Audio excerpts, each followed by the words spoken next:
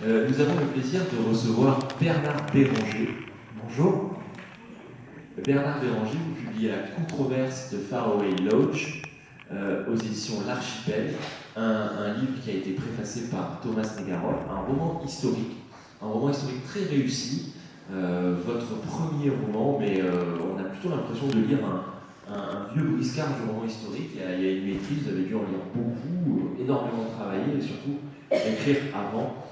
Alors pour vous présenter, vous avez un parcours assez atypique, puisque vous avez été agriculteur, éleveur de chevaux, puis créateur d'un magasin-restaurant et centre de soins bio, le premier du genre, je crois, en tout cas à Marseille. Et vous êtes engagé de longue date dans l'agrobiologie. Alors on va un petit peu en reparler pour comprendre ce que c'est l'agrobiologie, en gros c'est l'agriculture biologique. Et vous êtes donc passionné d'histoire américaine, et vous avez puisé dans cette passion, dans cette connaissance, la matière de votre premier roman, un roman historique qui explore les racines morales et intellectuelles de la nation américaine, avec tout ce que ça implique, notamment dans la période que l'on vit, puisqu'il y a quand même un président des États-Unis qui est en rupture avec bien des aspects qui sont développés dans ce roman. Le roman se situe en 1776, au moment où Thomas Jefferson et le comité des Cinq préparent la déclaration d'indépendance des États-Unis. Donc c'est vraiment un moment clé, un moment charnière où l'histoire peut basculer dans un sens ou dans l'autre. Qu'est-ce qui vous a amené à partir de ce point-là, qui dévoile un épisode qui est finalement très peu connu? Si je dois être honnête et sincère avec vous, je vous répondrai que j'en sais rien.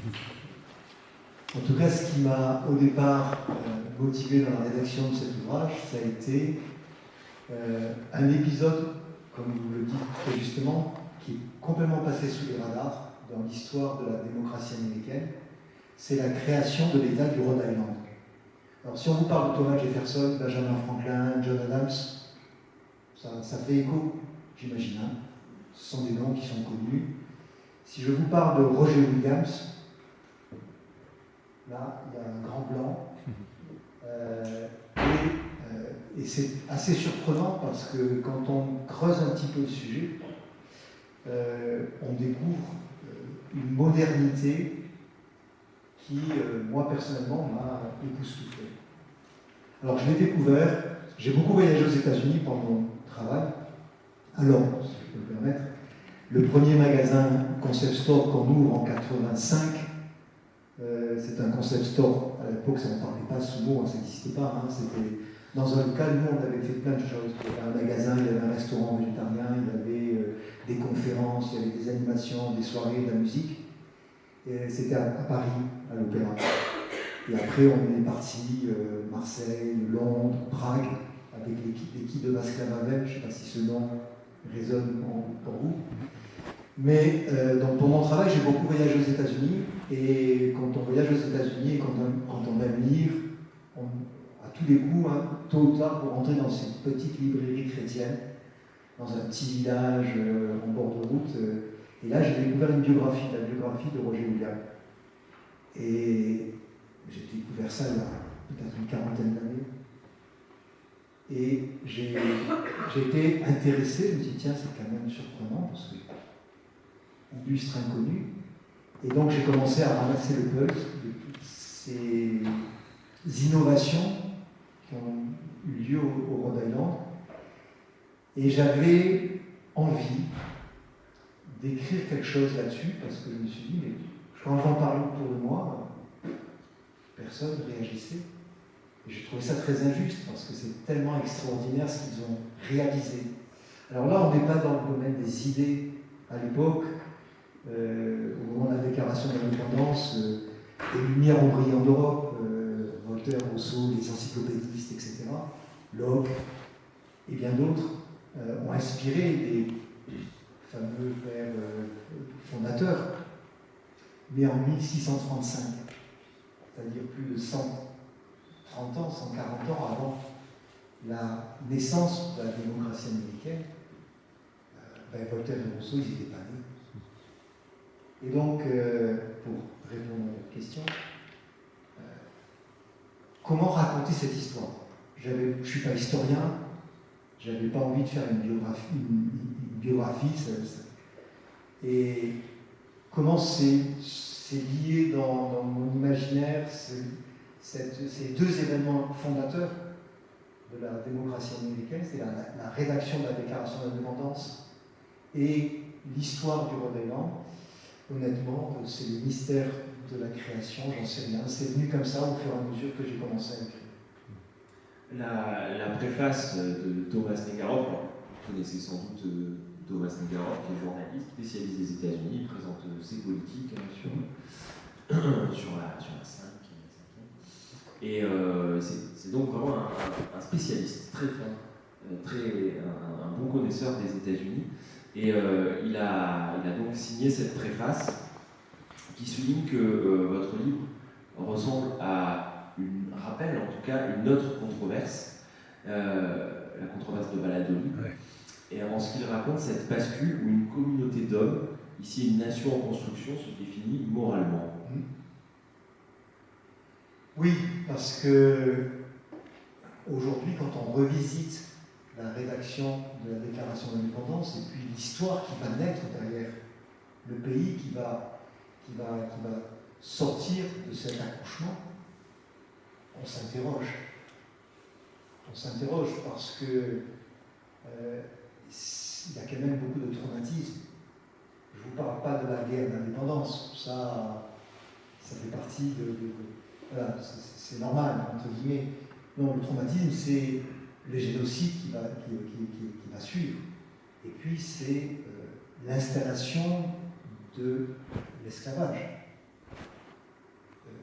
Milieu du XVIIIe siècle, on est au balbutiement de l'esclavage. Le gros de l'esclavage, c'est le XVIIIe. Voilà, ça commence à peine. On se dit, mais qu'est-ce qui aurait pu s'écrire? Qu'est-ce qui aurait pu se faire? Et c'est ça la controverse. En fait, j'imagine dans mon roman que ces 5 hommes, ces 5 délégués, vous les connaissez, Thomas Jefferson, John Adams, Benjamin Franklin, Roger Sherman et Robert Livingston, je les imagine se confronter à des descendants du Rhode Island. Alors, il y en a une qui est une figure historique, c'est l'arrière-petite-fille de Roger William. Ça a été la fille d'un gouverneur du Rhode Island, l'épouse d'un gouverneur du Rhode Island, c'est une figure historique. Mais je l'imagine accompagnée d'un chef indien, puisque dans les personnages fictifs que j'invente, ce sont des voix qui parlent, ce sont des représentants. Quand Thomas Jefferson, qui a rédigé le squelette, qui a pratiquement rédigé la déclaration, écrit que tous les hommes ont droit au bonheur, qu'est-ce qu'on met dans le tous? Alors, à cette époque-là, le tous, pour eux, c'était l'homme blanc. Et on voit aujourd'hui le suprémacisme blanc revenir au grand galop.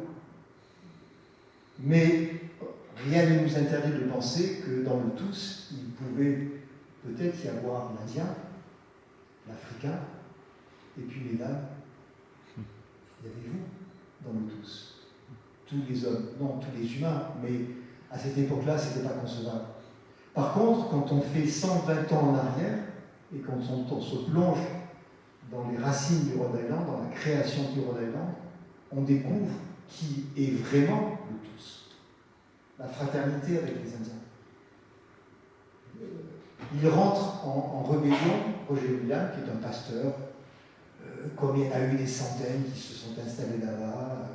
C'est un pasteur anglican qui va fuir l'Angleterre parce qu'il devient puritain, et que les puritains commencent à être persécutés en Angleterre, donc il part vers le Nouveau Monde, mais tout d'un coup, arrivé là-bas, il découvre que si vous n'êtes pas puritain, eh bien, vous n'êtes rien. Et il va s'engager parce qu'il y a un édit du roi George III qui déclare que la terre de ce nouveau monde va appartenir à ceux qui la cultivent. Et pour les natifs, les Indiens qui vivent là depuis des millénaires, lui, il dit c'est du vol. Ce ne sont pas vraiment des chasseurs-cueilleurs, mais bon, il y a un peu d'agriculture, il y a un peu d'élevage. Voilà. Et donc il va commencer à prendre position contre cela, il va se faire bannir, et il va être. Voilà. Et donc, ils vont créer un État, le 13e État américain, le Rhode Island, qui va devenir un lieu de refuge.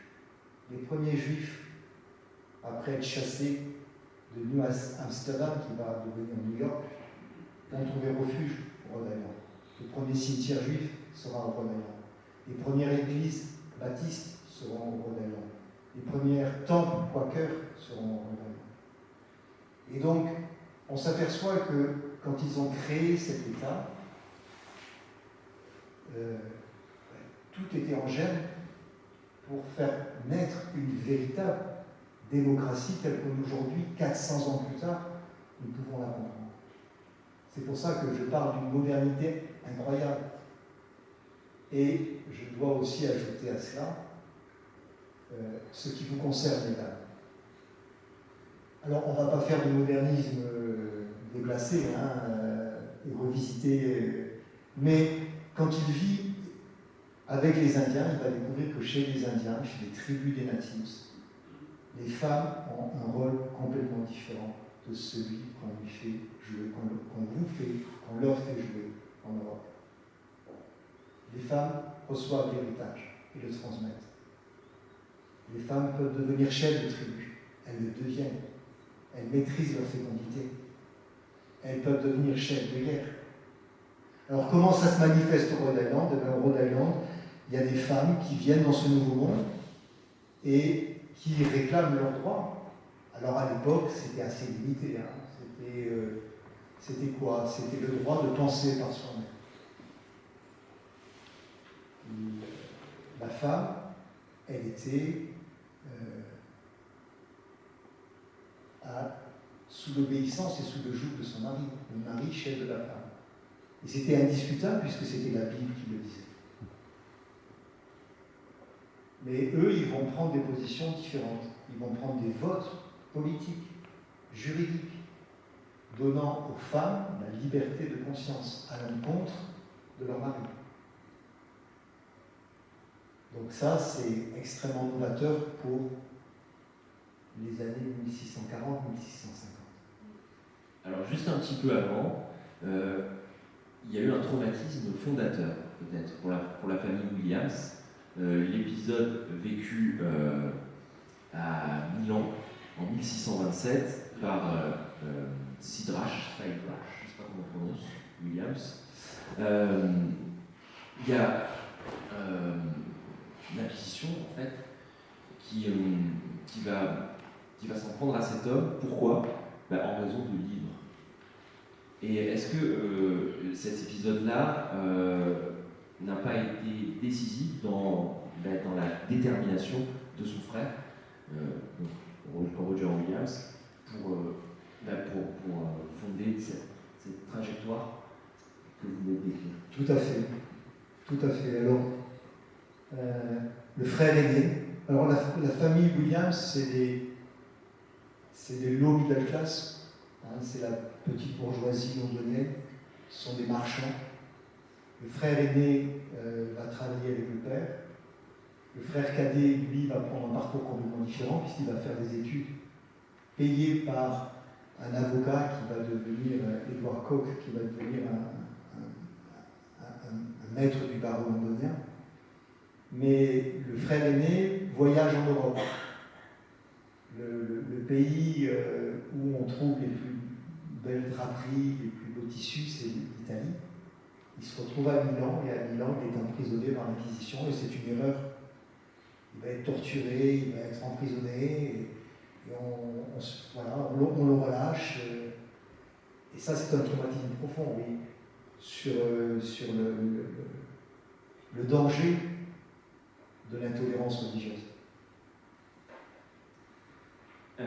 Ce qui va générer une idée penseurs de rupture théologique, vous en avez un petit peu parlé, mais Roger Williams prenait une cité sans théocratie, sans croyance imposée.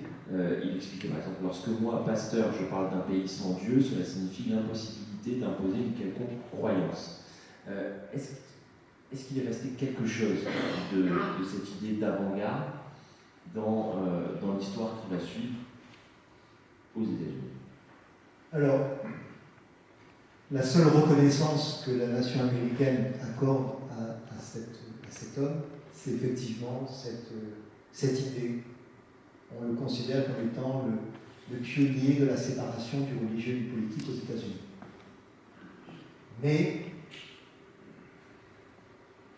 nous, Français, on rigole toujours un petit peu quand on entend les Américains parler de la séparation du religieux et du politique. Hein. Bon, ils jurent sur la Bible, on se dit, attends... Sur les dollars, on a une God we trust. On God we trust, etc. Bon. Alors il faut effectivement se replonger un petit peu dans la culture américaine, hein, pour comprendre ça. Mais c'est vrai que, et j'insiste sur les dates parce que, comme je le disais tout à l'heure, Voltaire et Rousseau, ils ne sont pas encore nés, les encyclopédistes, ils n'existent pas. Il y a un peu quelqu'un, mais encore, il est lui complètement sous les radars, il s'appelle Spinoza, il est aux Pays-Bas, mais on ne peut pas le lire, puisqu'il y a eu on va peut-être en parler tout à l'heure, mais voilà, lui, à cette époque-là, depuis des millénaires, hein, le roi, il exerce son pouvoir, le droit divin, et remettre en question le rôle de la religion, un roi, une religion. Remettre en question le statut de l'élément religieux, en disant non, la croyance, quelle qu'elle soit, c'est une affaire de conscience individuelle. Et ni l'État, ni le roi, ni qui que ce soit ne peut avoir autorité sur la conscience individuelle. Dire ça, le prêcher, l'annoncer en 1635, mesdames et messieurs, je pense que nous devons nous incliner et reconnaître ce que moi j'appelle les forces de l'esprit, qu'un homme, un groupe d'hommes et de femmes ait pu comprendre cela à cette époque-là. Mais personnellement, je suis un indécrottable optimiste. Pourquoi ? Parce que le Rhode Island, parce que les forces de l'esprit l'emporteront toujours sur les forces des ténèbres et de la persécution et de la sauvagerie. Fraterniser avec les Indiens, avec les tribus indiennes, et quand on s'imagine ces colons venant de l'Europe se trouver dans des pogos, se retrouver dans les soirs où ils s'habillaient comme des animaux, il y avait des masques, etc. Mais voilà, le discours ambiant, ce sont des païens, c'est le diable.